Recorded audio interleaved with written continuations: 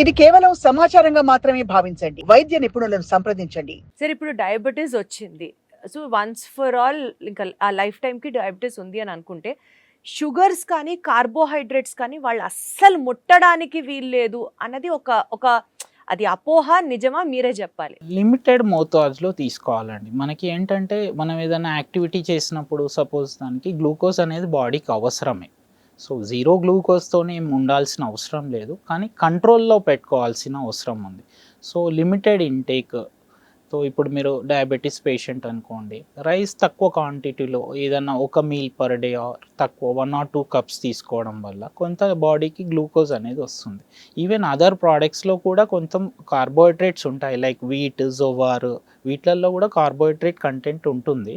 కాకపోతే రైస్ కంటే తక్కువ కంటెంట్ ఉంటుంది. సో మనకి కార్బోహైడ్రేట్స్ అనేది బాడీకి అవసరమే. దాని యూటిలైజేషన్ అండ్ మెటబాలిజం అనేది ఇంపార్టెంట్. అంటే దాన్ని మనం డైజెస్ట్ చేస్తున్నామా, లేదంటే మనకి ఆల్రెడీ డయాబెటీస్ ఉందనుకోండి, తక్కువ క్వాంటిటీలో కార్బోహైడ్రేట్స్ తీసుకుంటే మంచిదండి. సో తక్కువ కార్బోహైడ్రేట్స్, తక్కువ షుగర్స్, ఈవెన్ డయాబెటిక్స్ కూడా తీసుకోవచ్చు అన్నది మీరు చెప్తున్న పాయింట్. అవునవును. సరే ఇప్పుడు రోజు అంటే మన యాక్టివిటీస్ మనం చేసుకుంటున్నాము, నిద్రలేస్తాము, ఆఫీస్కి వెళ్తాము, పని చేసుకుంటాము, ఓవర్ నైట్ డయాబెటీస్ వచ్చేస్తుందా? ఓవర్ నైట్ వచ్చే అవకాశం ఉంటుంది. అది ఎవరికి అంటే మామూలుగా మన డయాబెటీస్లో మెయిన్గా 2 టైప్స్ ఉంటుందండి. Type 1, type 2. టైప్ 1 అనేదని చిన్న పిల్లల నుంచి యంగ్ అడల్ట్స్ వరకు వచ్చే అవకాశం ఉంటుంది. దీన్ని టైప్ 1 డయాబెటీస్ అంటారు.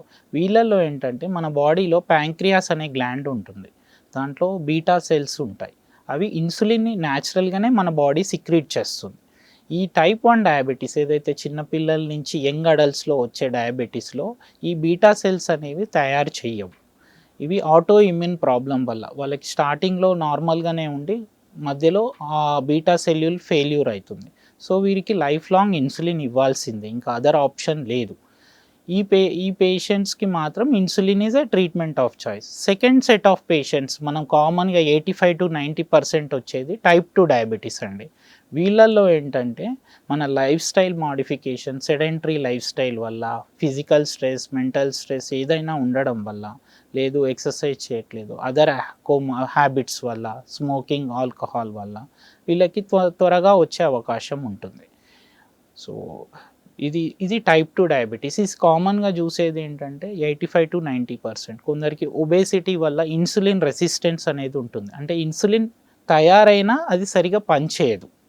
దానివల్ల కూడా డయాబెటీస్ వచ్చే అవకాశం. అంటే చాలా కొన్ని కేసెస్లో మాత్రమే ఓవర్ నైట్ వస్తుంది, బట్ అదర్వైజ్ అది ఓవర్ నైట్ అంటే యూజువల్ ఏంటంటే అండి, డయాబెటీస్ అనేది యూజువల్గా 70 to 80% ఆఫ్ పేషెంట్స్లో సిమ్టమ్స్ ఏమి ఉండవు.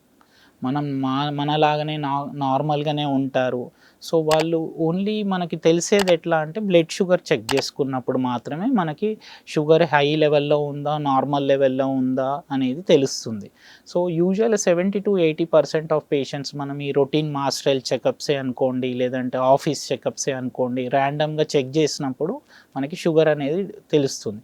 కొందరి ఒక 20 to 30% ఆఫ్ పేషెంట్స్లో మాత్రమే వాళ్ళకి కరెక్ట్గా సిమ్టమ్స్ ఉంటాయి.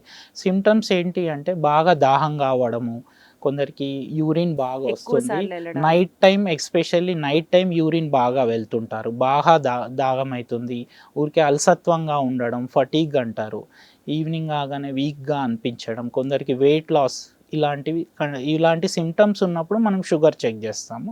లేదు అంటే 70 to 80% పేషెంట్స్లో డయాబెటీస్కి సిమ్టమ్స్ ఉండవు. సో మనం ర్యాండమ్గా చెక్ చేసినప్పుడు షుగర్ బయటపడుతుంది. మనం ఓవర్ నైట్ అనేది రాదు, కాకపోతే ఓవర్ ఇయర్స్ కూడా సైలెంట్ డిసీజ్ ఉండొచ్చు డయాబెటీస్ వితౌట్ ఎనీ సిమ్టమ్.